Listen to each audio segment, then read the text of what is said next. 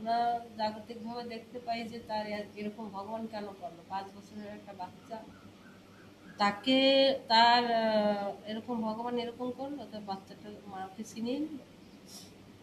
এই ভগবান আরো তার এই জগৎ থেকে, মায়ার বন্ধন থেকে ছুটকরা দিয়ে তারে আরো যেন, তার যেন ভগবানের যেন আরো সান্নিধ্য লাভ করতে পারে, সেটাই করে। আমরা যেরকম চাইবো সেরকমই হবে, আমাদের ইচ্ছার অনুসারে। আমরা যদি জগতে এই সংসারের এইটাই, এই স্বর্গ, এই নরক বলে না, এই তো অনেকে বলে কি ভগবান, এই সংসারে এইটাই, এইখানেই শুদ্ধ সুখ। ভগবান বলছে থাকো তুমি এই সুখে, এখানে আবার আসো, আবার আসো, আবার আসো।